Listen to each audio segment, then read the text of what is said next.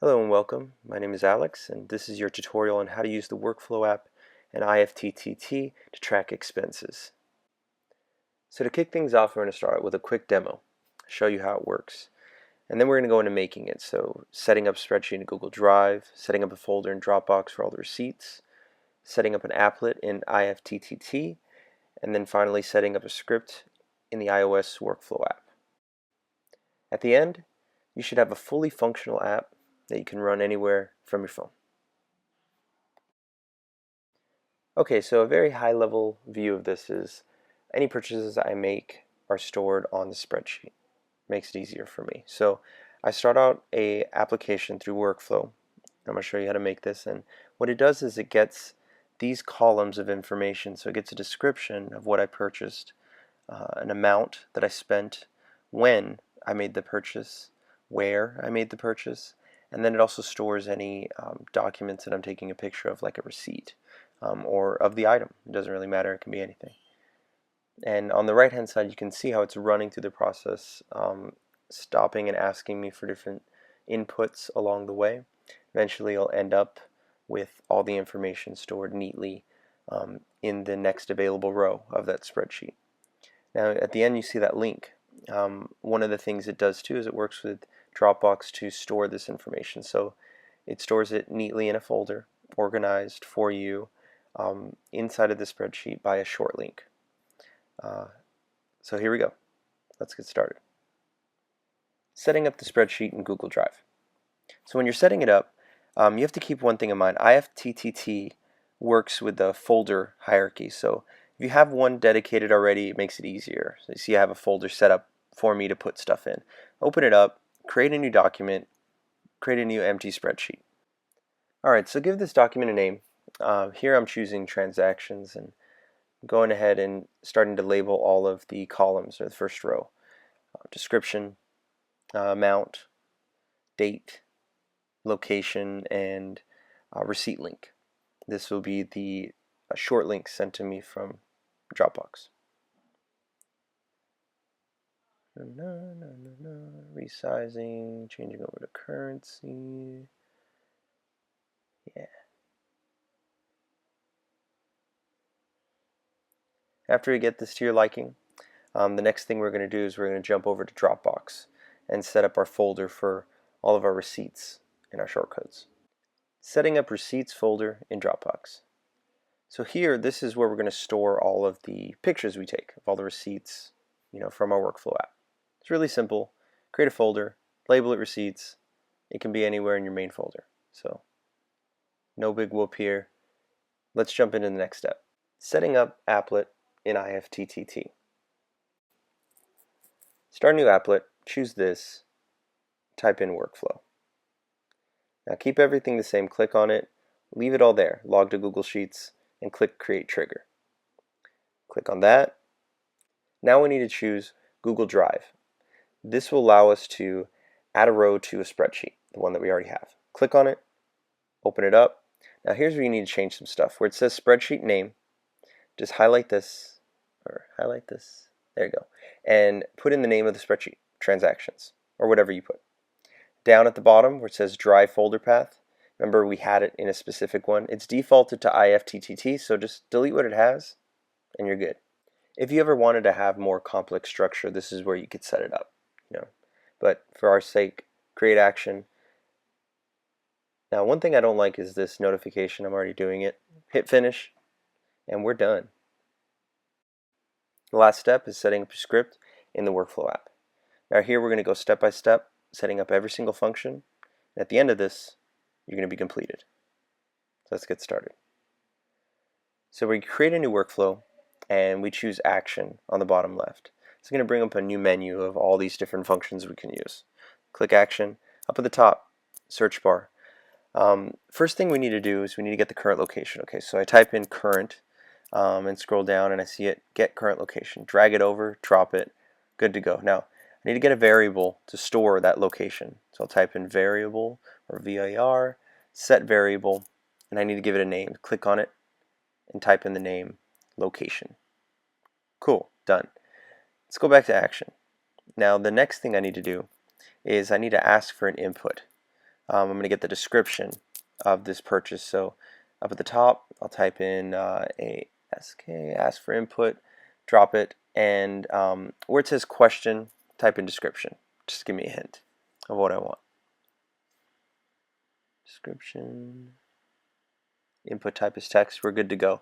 Now I need another variable to store that, so I'll type in set, brings up set variable, drag and drop at the bottom, give it a new name, so it's different from location, this time description. This will help me down the road. Done. And back into action. So we can set up the next step. So next thing I can do is I can get a photo for my receipt, right? So I take the photo, put it down at the bottom. Now here you could take multiple photos if you wanted, but for my case I'm just going to take one, but that little plus minus sign, that's what it's there for. So after I get the photo, I'm actually going to want to send it directly to Dropbox.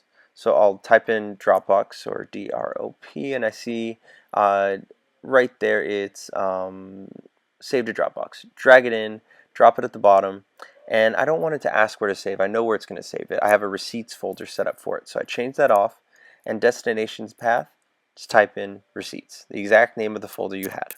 It'll get there. Hit done.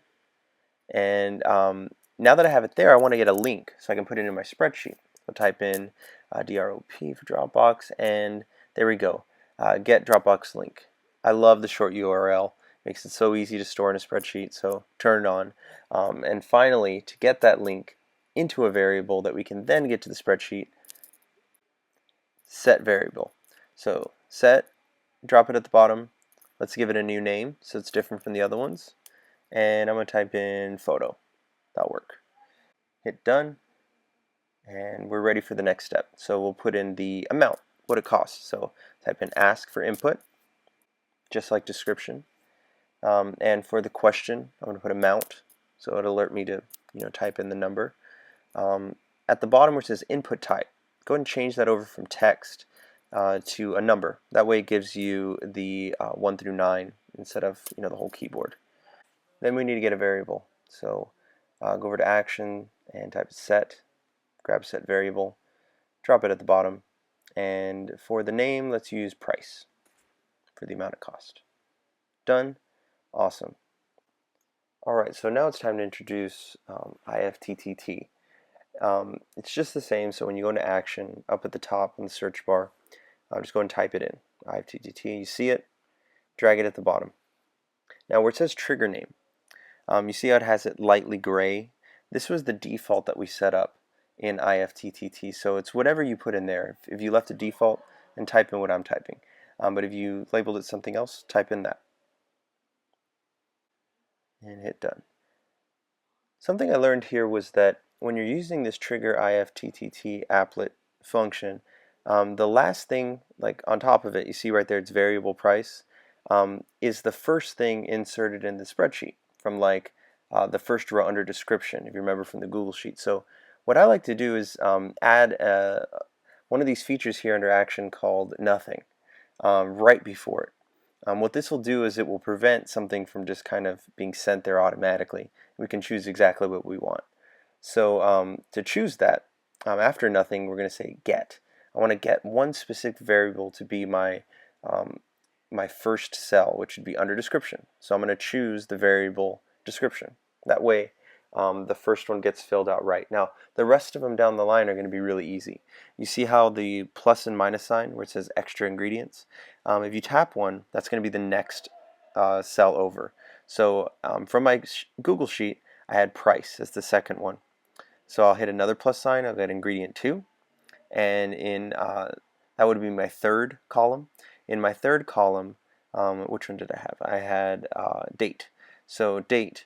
Now date can be arranged in different formats. I really like short, but play with it, see what you like. Now the next one that I add another ingredient is the location. Now this was the first thing grabbed when this workflow ran. So I'll choose the variable location, and I like full street address, but you see you have all these options too. It's awesome. And the final one, that's going to be our receipt link. So I grab the variable in there. It says photo and hit done. Now that's it. I'm done. So if I run this, it's ready to go. But just for my sake, one thing that I like to do, and just to keep them orderly, is to click on the gear icon at the top right and change the name. Now originally I have it expense, so if I put in expense just like I had before and try to hit done, it's going to say error. It's not going to let me do it. But for this one, I'm going to hit number 2 and hit. Now you can change the icon to identify them from the other apps you make. Something like a money icon, maybe make it green, whatever you like. Now, this next section, you see in the middle underneath icon, third one down, it says add to launcher. I really like this. Like if you click on add to launcher, you have to have the launcher app downloaded. It's a different app. But what it does is it stores all these little functions you can make in workflow apps. It's really great. Anytime I can pull the notification window down like that and launch one of these, quickly. A good example of this is if I'm at my home screen, so I get out of all these buttons and I just made a purchase in my card. I wanted to store it. What I do? Swipe down, tap on expense. It'll run through the questions we set up, take the photo of the receipt, and log it in your spreadsheet. Easy as pie. Great job. You did it. It's over. Now, if you didn't all get it right now, that's okay. Go back, watch it again. If you liked what you see, subscribe to it. Let me know. Write me a comment. Till next time, happy scripting.